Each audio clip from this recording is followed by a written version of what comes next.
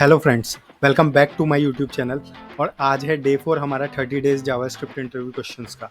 और आज का प्रॉब्लम हमारे पास है remove duplicate element from an array. So हमारे पास एक एरे रहेगा और उसके अंदर डुप्लीकेसी होगी एलिमेंट्स की। सो हमें उससे जो यूनिक एलिमेंट्स का एरे है वो फिगर आउट करना है। और सेम पुराने प्रॉब्लम्स की तरह हम इसमें भी मल्टीपल अप्रोच को फॉलो करने वाले हैं और साथ ही साथ उन अप्रोचेस की कॉम्प्लेक्सिटी को हम फिगर आउट करेंगे, जिससे हमें ज़्यादा परफेक्ट सॉल्यूशन क्या है उसके बारे में पता चलेगा।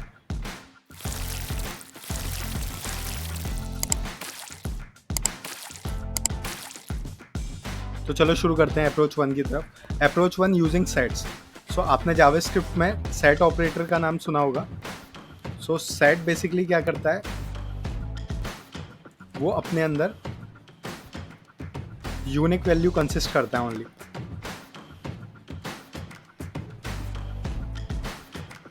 ठीक है, और हमें क्या है, इस एरे में से यूनिक वैल्यू निकालनी है। तो हम एक वेरिएबल लेंगे सेट यूनिक, और हम क्या करेंगे, एक इंस्टेंस बनाते हैं सेट क्लास का, और इसको जो भी डेटा हमें देगा उसको हम स्प्रेड ऑपरेटर के थ्रू स्प्रेड कर लेंगे। और इसमें हम अपना एरे पास करेंगे। और ये सेट यूनिक को कंसोल करा के अगर देखते हैं हम, तो ये हमें यूनिक वैल्यूज़ दे देगा। सो 1 2 5 6 8 इस एरे की यूनिक वैल्यूज़ हैं। और अगर हम बात करें इस सेट ऑपरेटर की कॉम्प्लेक्सिटी की, सो सेट हमारी बिग ऑफ एन कॉम्प्लेक्सिटी का होता है, क्योंकि हर एलिमेंट के लिए से एक बार ट्रेवर्स करना पड़ेगा पूरे एरे में। ठीक है, फिर सेकंड अप्रोच की तरफ चलते हैं हम, अप्रोच 2 यूजिंग फिल्टर। ठीक है, इसमें क्या करेंगे, हम एक वेरिएबल ले लेते हैं फिल्टर यूनिक। ओके, और हम क्या करेंगे, जो एरे हमारे पास है उसमें हम लगाने वाले हैं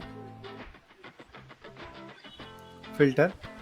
और फिल्टर के अंदर जो भी हमारा एलिमेंट आ रहा है उसको आइटम लेते हैं, और सेकंड आर्गुमेंट हमारा होता है इंडेक्स, और फिर एरो फंक्शन, एंड देन हम जो हमारे पास आइटम है उसका इंडेक्स हम फाइंड करेंगे यूजिंग इंडेक्स ऑफ, और आइटम पास कर देंगे इसमें। सो बेसिकली इस एरे के अंदर इस आइटम का जो इंडेक्स है वो फिगर आउट करेगा इसमें। ठीक है, और ये हमारा इक्वल टू अगर है जो इंडेक्स करंट चल रहा है उसके, तो ये रिटर्न करेगा इस वाले वेरिएबल में हमारा यूनिक डेटा। ठीक है, इसको कंसोल करा के देखते हैं। सो फिल्टर यूनिक में भी हमारा सेम डेटा आ रहा है जो हमारे पुराने न्यू सेट वाले में आ रहा था। ठीक है, चलते हैं अप्रोच 3 की तरफ। ओ सॉरी, इसमें हम कॉम्प्लेक्सिटी की बात भी कर देते हैं।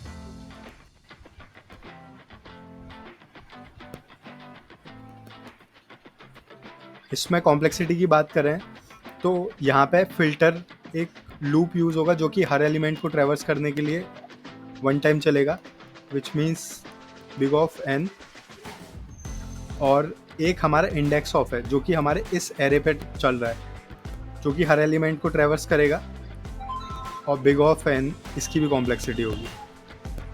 बिकॉज ये नेस्टिंग मैनर में है दोनों, तो इन दोनों को हम मल्टीप्लाई करेंगे। सो हमारी ओवरऑल कॉम्प्लेक्सिटी जो होने वाली है वो एन स्क्वायर हो जाएगी। ठीक है, सेम ऐसे ही अगले अप्रोच पे चलते हैं, approach 3 using for of and index of. So for of हम क्या करेंगे, एक वेरिएबल लेते हैं हम, लेट यूनिक फॉर। ओके, इसमें हम यूनिक वैल्यू स्टोर करेंगे, और उसके बाद में फॉर लेट आइटम ऑफ जो भी एरे हमारा है उसको। और इसमें हमें क्या चेक करना है, इफ़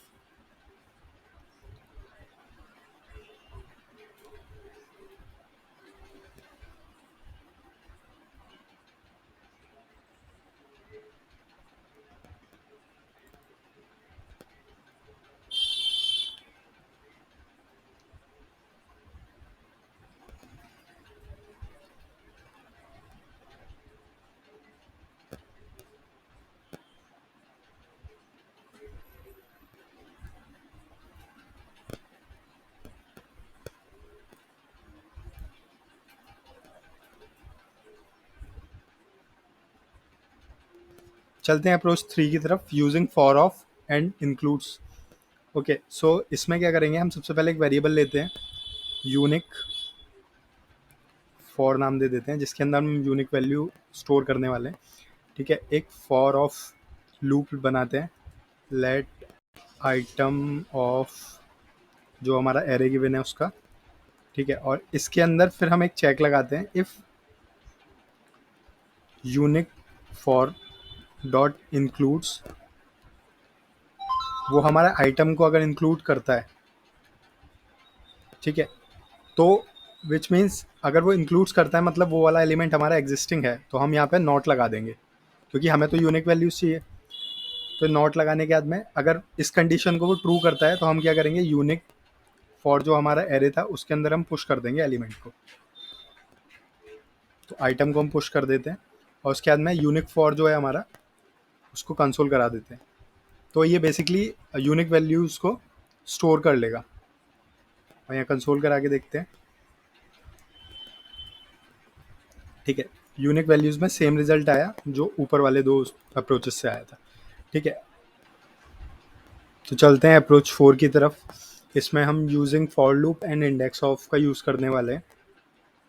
ठीक है, तो सबसे पहले हम क्या करते हैं कि एक लेट वेरिएबल लेंगे यूनिक नाम से, जिसमें यूनिक डिजिट हमारी आने वाली हैं एरे की, और एक फॉर लूप शुरू करेंगे, let I equal to 0, I less than array dot length, array की लेंथ तक, और आई प्लस प्लस, इसको ट्रेवर्स कराएंगे एरे को हम।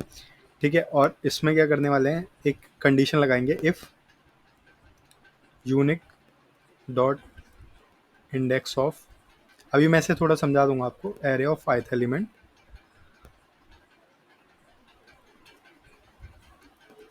Equal to -1। ओके, अगर ऐसा है तो मैं पुश कर दूं इसको यूनिक एरे के अंदर। ठीक, तो मैंने यहाँ पे क्या किया है, मैंने ना एक यूनिक ब्लैंक एरे लिया था, और इधर मैं क्या करने वाला हूँ, मैं अपने फॉर लूप के थ्रू इस एरे को ट्रेवर्स करेंगे, और उसके बाद में यूनिक वेरिएबल के अंदर हम इंडेक्स ऑफ देखेंगे करंट एलिमेंट का। तो मान लेते हैं कि ith 0th पोजीशन पे हमारा 1 एलिमेंट है। ठीक है, तो 1 एलिमेंट यूनिक के अंदर कोई इंडेक्स अभी एग्जिस्ट नहीं करती, विच मीन्स ये रिटर्न करेगा -1, और ये ट्रू हो जाएगा। तो उस केस में ये ना उस करंट वैल्यू को इसमें पुश कर देगा।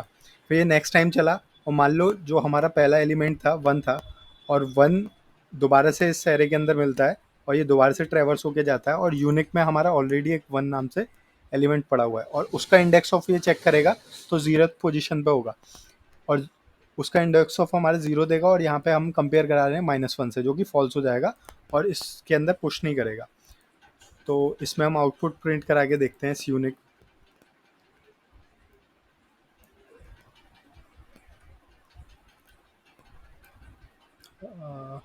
ओके, सो यहाँ पे हम आउटपुट प्रिंट करा के देखते हैं, क्लियर करते हैं इसको। ओके, सो यूनिक के अंदर हमारा सेम वैल्यू आएगा जो पुराना न्यू सेट से आ रहा था हमारा। ठीक है, अब इसके बाद में हम चलते हैं अपनी अप्रोच 5 की तरफ, जो कि सॉरी, इससे पहले हम इसकी कॉम्प्लेक्सिटी के बारे में बात कर लेते हैं। तो एक फॉर लूप है, सो उसकी कॉम्प्लेक्सिटी होगी n, बिग ऑफ n, और उसके अंदर एक इंडेक्स ऑफ है जिसकी कॉम्प्लेक्सिटी होगी बिग ऑफ n, क्योंकि ये पूरे एरे के लिए वर्स्ट केस में हर एलिमेंट के लिए ट्रेवर्स करेगा। सेम इंडेक्स ऑफ भी हमारे पूरे एरे के लिए ट्रेवर्स करने वाला है। सो ये नेस्टेड मैनर में है, तो ओवरऑल कॉम्प्लेक्सिटी जो हमारी होने वाली है वो n ऑफ स्क्वायर हो जाएगी इस पूरे मेथड की। सो चलते हैं अप्रोच 5 की तरफ, using map object. So map object JavaScript में क्या है, जावास्क्रिप्ट में मैप ऑब्जेक्ट हमारा की वैल्यू पेयर अपने अंदर कंसिस्ट करता है। ठीक है, उसका फॉर्मेट कुछ इस तरीके से रहता है, एक की रहती है हमारी, ठीक है, और इस की के करस्पॉन्डिंग कुछ तो वैल्यू रहेगी, लाइक 1। ठीक है, तो इस तरीके का कुछ फॉर्मेट कंसिस्ट करता है हमारा मैप। सो हम क्या करेंगे, अब मैप के लिए सबसे पहले हम एक इंस्टांस बना लेते हैं इस ऑब्जेक्ट का, let map equal to new map, और इस मैप के ना 2-3 मेथड होते हैं जो हम यूज़ करने वाले हैं। एक होता है hash, map dot hash, okay, और जो भी आइटम हम इसमें प्रोवाइड करेंगे उसकी वैल्यू देगा ये। ठीक है, और ये ट्रू फॉल्स रिटर्न करता है बेसिकली, ठीक है, बूलियन रिस्पॉन्स देगा। एंड सेकेंड होता है मैप डॉट सेट।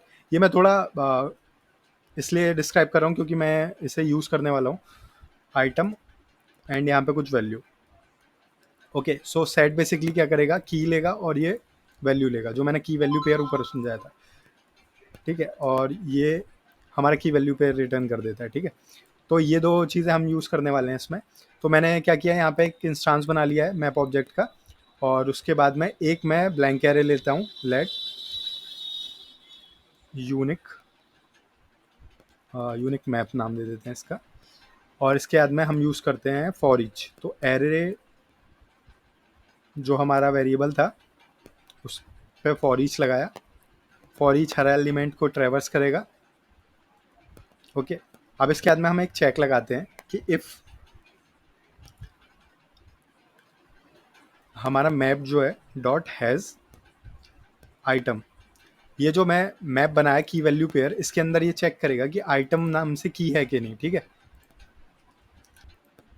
अगर है की तो उस केस में हमें कुछ नहीं करना है, उसे बाईपास करना है, और जब नहीं की है तो उस केस में हमें सेट करानी होगी वैल्यू और हमें पुश करना होगा एरे के अंदर। सो जैसे मैंने ऊपर बताया था, मैप डॉट सेट एक मेथड होता है, उसके अंदर हम क्या करेंगे, इसको सेट कर देंगे वैल्यू को, जो कि आइटम, और उसके करस्पॉन्डिंग एक ट्रू हम उसमें डेटा फिल कर देंगे। ये हमारा की वैल्यू पेयर क्रिएट करेगा, और उसके बाद में यहाँ पे हम जो हमारे यूनिक मैप नाम से एरे चल रहा था उसके अंदर हम पुश कर देंगे करेंट एलिमेंट को, जो कि आइटम है हमारा, ठीक है। अब ये बेसिकली क्या करेगा, ये फर्स्ट टाइम में आएगा और इसको चेक करेगा कि भाई मैप जो मेरा बना हुआ है उसके अंदर आइटम नाम से कोई की है कि नहीं, जो कि नहीं होगी तो फर्स्ट टाइम में ये फॉल्स वाली कंडीशन हमारी ट्रू हो जाएगी, और ये इसमें आके इसको सेट करा देगा फर्स्ट एलिमेंट को, ठीक है। नेक्स्ट टाइम जब इसको ये डुप्लीकेट वैल्यू मिलेगी तो ये चेक करेगा और ये देखेगा कि भाई उसका जो की का नाम है, मान लो 1 हमारी कोई की बनी हुई है ऑलरेडी, और चेक करेगा इसमें एग्जिस्ट करती है, तो ये क्या कर देगा, बाईपास कर देगा, इस इफ के अंदर नहीं जाएगा और उसको पुश नहीं करेगा। सो बेसिकली इस यूनिक मैप के अंदर हमारी यूनिक वैल्यूज आ जाएंगी, ठीक है। इसको कंसोल करा के देखते हैं हम।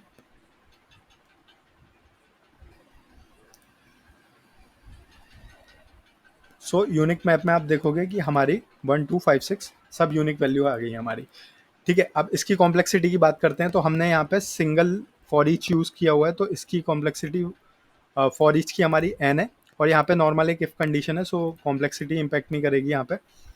और उसके बाद में इसकी ओवरऑल कॉम्प्लेक्सिटी की बात करेंगे तो फिर ये ओवरऑल कॉम्प्लेक्सिटी इसकी बिग ऑफ एन होगी। सो आपने देखा सारी अप्रोचेज में हमारी सेट और मैप सबसे ज़्यादा एफिशिएंट है, जो कि कॉम्प्लेक्सिटी सिर्फ बिग ऑफ एन में हमारा ये सक्सेसफुल इम्प्लीमेंट करते हैं इस प्रॉब्लम का। तो थैंक यू देखने के लिए, और अगर वीडियो अच्छी लगी हो तो आप इसको सब्सक्राइब कीजिए मेरे चैनल को, वीडियो को लाइक कीजिए और शेयर कीजिए जिनको भी जावास्क्रिप्ट में थोड़ा